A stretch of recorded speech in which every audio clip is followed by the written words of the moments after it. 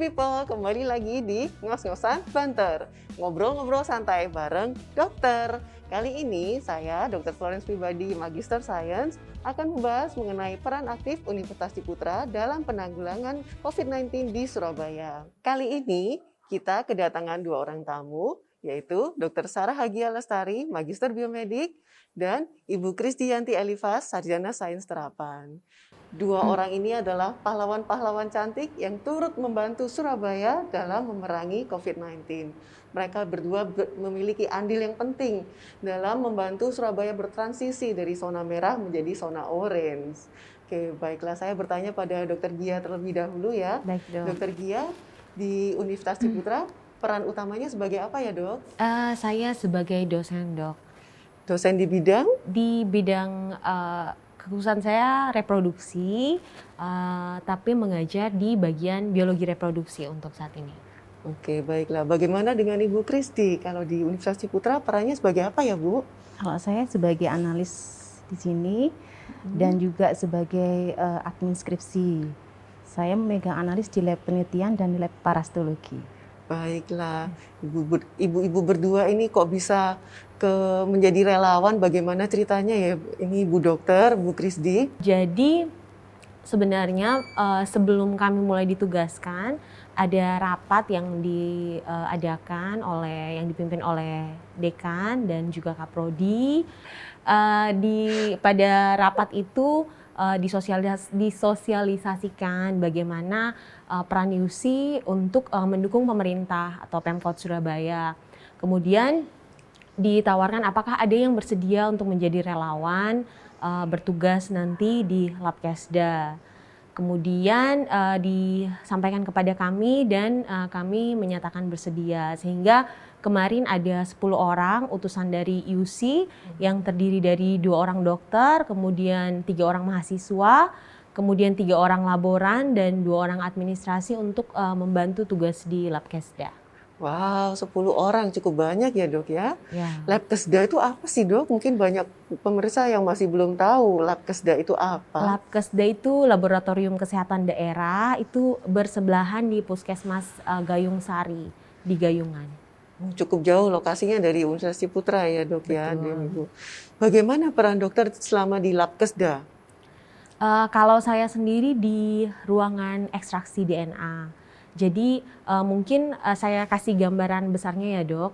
Kalau misalnya kita dibagi dalam beberapa plot. Jadi ada yang bertugas sebagai admin, kemudian ada yang di bagian unboxing sampel dari puskesmas-puskesmas, kemudian saya dan Pak Andre laboran di bagian ekstraksi DNA, kemudian Ibu Krisdi dan Pak Im juga Dr. Wira di bagian mixing dan PCR.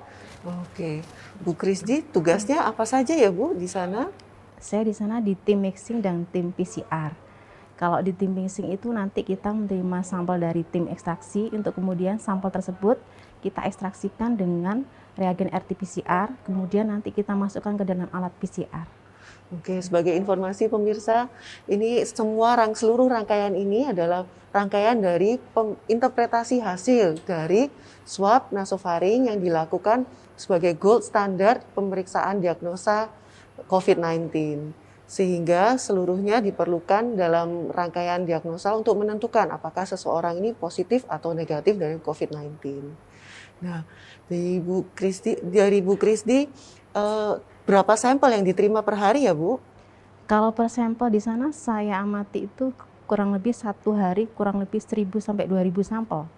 Wow, 1.000 sampai 2.000 sampel. Iya, banyak. Jadi Ibu harus menangani demikian banyak ya, Bu? Iya.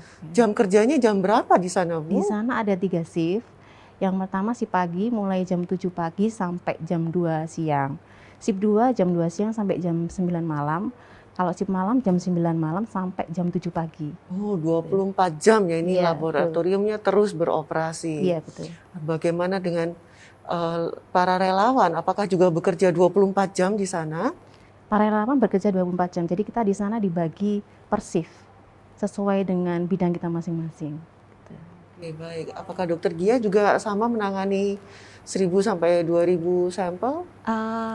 Iya, jadi kalau misalnya kami di bagian ekstraksi DNA, itu kami menerima dari bagian unboxing. Jadi awalnya kan tadi dari bagian administrasi menerima sampel dikirim ke lantai 2, unboxing setelah dilihat bahwa ini sampelnya sudah cocok dengan kodenya dan jumlah sampelnya sudah sesuai, baru dikirim ke bagian kami, bagian ekstraksi. Nah, bagian ekstraksi itu bisa sampai kalau untuk satu shift ya dok, bisa sampai 7 kloter. Nah 7 kloter itu satu kloter terdiri dari 64 sampel. Jadi 64 kali 7 ya kurang lebih.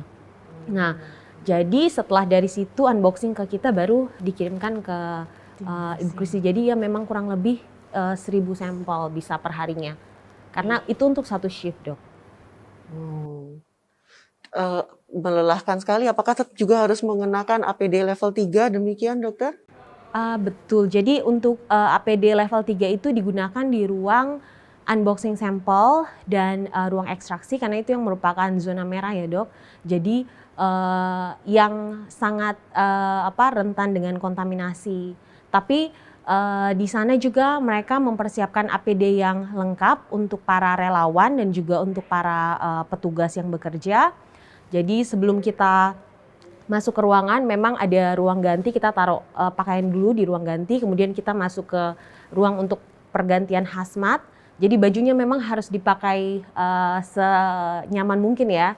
Kalau misalnya pakai baju yang tebal juga di dalam sudah panas. Jadi ya paling bahan-bahan yang ringan. Kemudian pakai hazmat lengkap dengan Google atau face shield, kemudian handscoon 3 lapis, masker 3 lapis, pakai boot juga, baru masuk ke dalam. Setelah itu ada juga biosafety cabinet dok, jadi meminimalisir kontaminasi antara sampel dan pekerja dan juga antara sampel dan lingkungan. Ini berlapis-lapis pelindungan diri yang harus dikenakan. Bagaimana perasaannya dok? Apakah mengganggu, sangat pengap? Bagaimana penyesuaian diri antara dari luar kemudian masuk ke lingkungan yang harus mengenakan pakaian berlapis-lapis? Betul dok, awalnya saja dok, awalnya jadi agak sesak memang. Karena 3 lapis masker tambah N95 di tengah dan masker medis di depan dan belakang. Baju juga, cuma untuk awal saja. Nanti lama-lama tubuhnya kita menyesuaikan sendiri. Jadi pas sudah hari ke-3, 4 sudah tidak terlalu shock. Kalau mau ke kamar mandi bagaimana dok? Oh jadi nggak bisa dok, jadi harus tahan sampai selesai satu shift. Jadi sebelum kita masuk ke ruangan pipis dulu atau selesaikan dulu rutinitas toilet, baru pakai hazmat, nanti setelah itu mandi. Setelah selesai shift baru mandi. Jadi selama 8 jam tidak bisa makan, tidak bisa minum, tidak bisa ke toilet. Wow, benar-benar harus bekerja menangani 1000 sampai 2000 sampel. Fokus terus. Wah, bagaimana dok supaya menjaga stamina supaya tidak sakit dengan load pekerjaan yang cukup berat? Kalau saya di sana ketika kita istirahat sudah disediakan konsumsi makan siang, nasi kotak sama ada minuman pokak, isinya adalah jahe sama beberapa rempah-rempah. Itu mungkin fungsinya untuk menjaga stamina tubuh kita. Tapi sepulang dari sana rutinitas sehari-hari mandi, keramas, kemudian kita minum vitamin sendiri di rumah. Gitu. Tambahan suplemen pribadi juga ya Bu ya. Ibu Kristi, apakah keluarga merelakan Ibu untuk menjadi relawan ini benar-benar bekerja dengan sampel-sampel yang infeksius yang mungkin bisa menginfeksi Ibu? Bagaimana respon dari keluarga saat menanggapi Ibu menjadi relawan? Respon keluarga sangat positif, jadi mereka sangat mendukung saya untuk menjadi relawan di Lab Keseda. Jadi mereka berpesan, selama saya bekerja jadi relawan harus dalam kondisi yang fit. Kemudian yang kedua harus memenuhi protokol kesehatan dan harus menggunakan APD yang sesuai dengan keadaan di sana. Jadi keluarga saya sangat mendukung sekali. Gitu. Hebat-hebat Bu. Bagaimana dengan Dokter Gia? Kalau saya keluarga juga cukup suportif dok. Jadi awal-awal itu karena memang belum tahu jalan ke sana, saya diantar. Kemudian pada saat di rumah juga sama dipesankan. Jadi seperti itu tadi, bisa sampai 4 kali mandi, Dok. Jadi pas pergi ke sana, kemudian di sana juga harus mandi, sampai setelah keluar dari ruang ekstraksi, sampai di rumah juga mandi lagi dan mandi malam lagi. Nah, jadi supaya meminimalisir kontaminasi pakaian juga langsung masuk ke mesin cuci dan setiap hari harus keramas gitu. Jadi selain itu juga minum vitamin, kemudian bawa hand sanitizer sendiri, masker juga di sana selain kami memakai masker medis dari rumah, mereka memberikan masker KN95 untuk dipakai selama bertugas. Tadi saya dengar ada mahasiswa juga ya dok yang ikut terlibat. Kalau mahasiswa bagaimana peran mereka di Labkesda? Ya, jadi dok, mereka ada 3 mahasiswa dari 3 angkatan, 2016, 17, dan 18.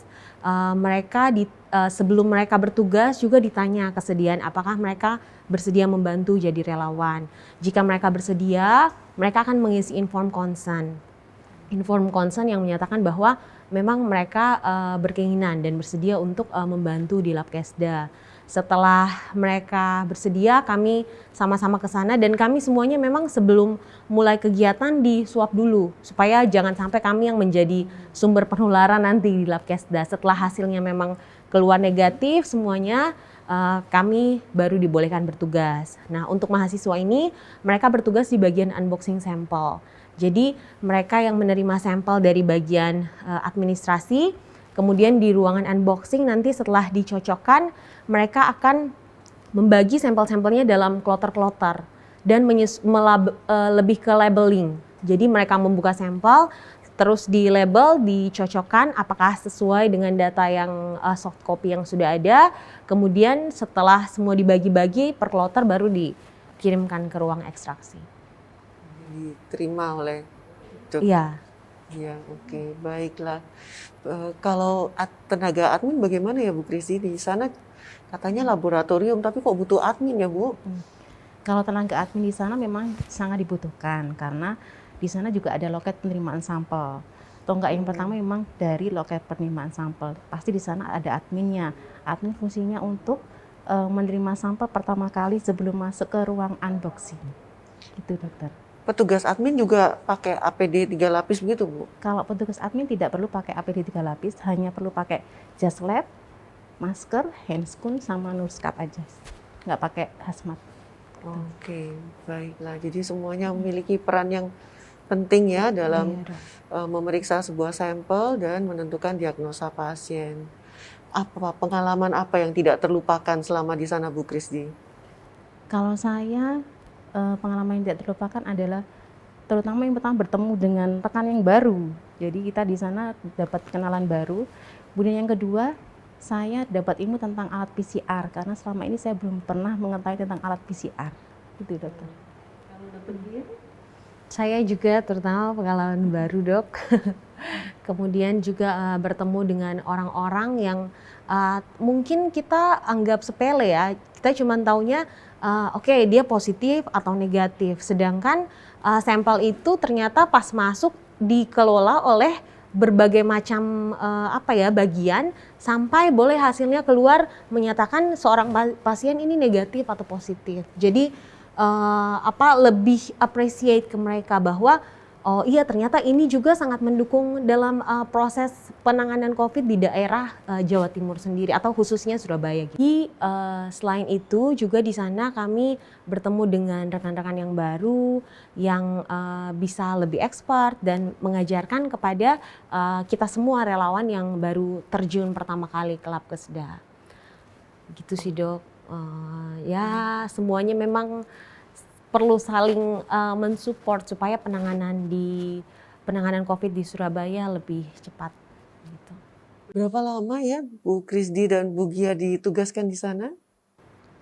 Dari kampus surat tugasnya itu menugaskan kami selama 1 bulan dari bulan Agustus tanggal 10 Agustus sampai 10 September. Selama itu apakah tugas kantor bagaimana? Kalau dari saya, tugas kantor itu bisa dilakukan setelah kita pulang dari Labkesda. Jadi kita tetap koordinasi dok, supaya setelah kita pulang dari Labkes dia tidak menumpuk pekerjaannya, jadi memang kita sering koordinasi dengan pihak UC juga gitu. Ya, jadi tanggung jawab kami juga tetap dilakukan, tapi dengan beberapa keringanan dari Ibu Kaprodi bahwa beberapa tugas yang mungkin sifatnya urgent itu dialihkan ke rekan yang lain untuk dibantu gitu deh.